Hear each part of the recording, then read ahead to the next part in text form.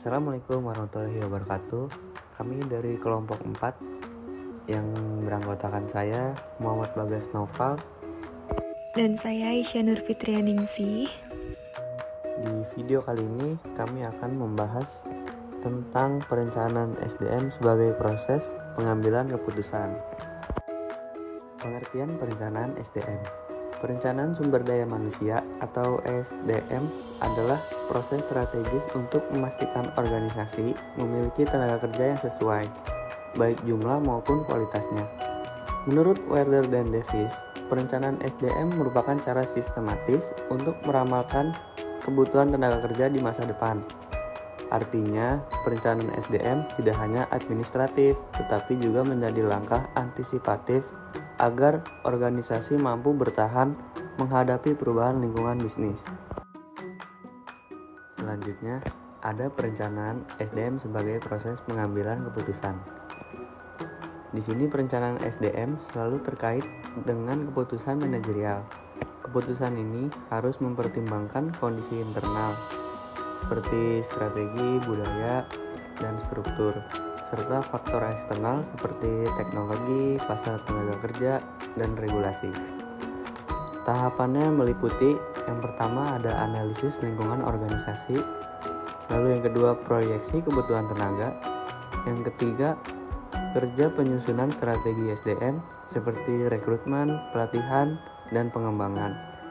Lalu yang terakhir ada evaluasi berkelanjutan. Kemudian ada metode pengambilan keputusan perencanaan SDM. Metode ini ada dua. Yang pertama itu ada metode kuantitatif, yaitu seperti moving average, regresi linear, lalu model eksponensial. Yang kedua, metode kualitatif, yaitu skill engineering, DLP atau pendapat pakar, lalu ada analisis skenario. Kemudian evaluasi dalam perencanaan SDM. Yang pertama itu ada audit target, mengecek apakah jumlah tenaga kerja, biaya, dan pengisian jabatan sudah sesuai dengan rencana. Lalu yang kedua, penilaian prosedural, menilai apakah proses rekrutmen, pelatihan, dan penempatan karyawan sudah mengikuti standar yang ditetapkan.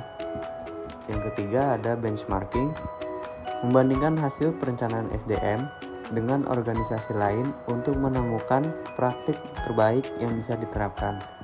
Yang terakhir ada evaluasi individu, menilai kinerja dan kompetensi setiap karyawan apakah sudah mendukung kebutuhan strategis organisasi.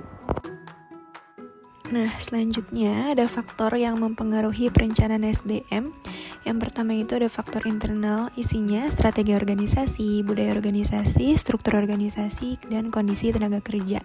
Sedangkan faktor eksternalnya itu ada perkembangan teknologi, pasar tenaga kerja, regulasi pemerintah, kondisi ekonomi, dan sosial. Selanjutnya ada studi kasus PT Telkom Indonesia. Jadi PT Telkom Indonesia sebagai perusahaan telekomunikasi terbesar di Indonesia menghadapi tantangan besar dalam transformasi menuju era digital dan society 5.0. Perubahan teknologi yang cepat menuntut Telkom menyiapkan tenaga kerja dengan kompetensi digital yang relevan, sementara sebagian besar karyawan lama masih memiliki keterampilan konvensional. Selain itu, persaingan untuk mendapatkan digital talent juga sangat ketat, baik di pasar nasional maupun global. Lalu analisis strategisnya itu Telkom meninjau faktor internal seperti struktur dan budaya organisasi, serta faktor eksternal seperti teknologi, regulasi, dan tren kompetisi.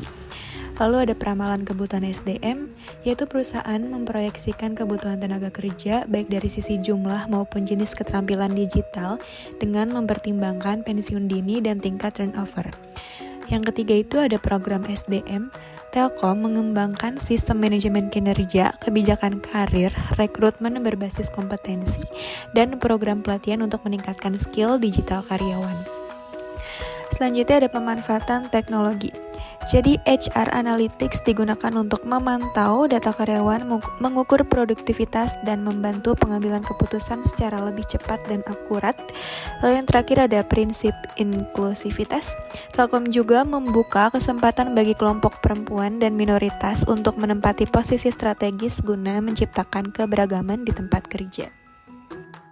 Nah, selanjutnya ada dampak positif. Yang pertama itu terbentuknya digital talent yang kompeten dan inovatif. Yang kedua, organisasi lebih fleksibel dalam menghadapi dinamika teknologi dan pasar.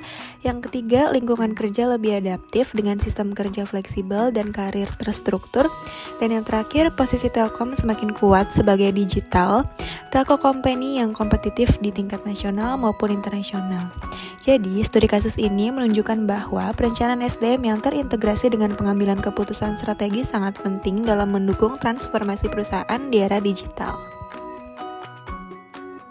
Jadi, kesimpulan dari materi tersebut, perencanaan SDM adalah proses strategis yang erat kaitannya dengan pengambilan keputusan. Metode kuantitatif dan kualitatif digunakan untuk meramalkan kebutuhan, sementara evaluasi berfungsi menjaga relevansi keputusan. Faktor internal dan eksternal berperan besar dalam menentukan keberhasilan.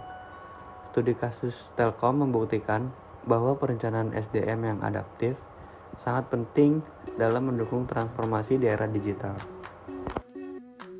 Nah, di sini ada contoh soal dan pembahasan. Contoh soalnya itu mengapa perencanaan SDM dianggap sebagai proses pengambilan keputusan.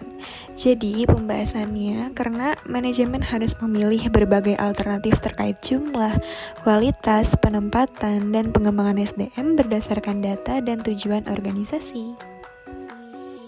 Nah, berikut daftar pustakanya ya teman-teman. Baik, cukup sekian video dari kami. Semoga materi yang kami sampaikan bermanfaat ya.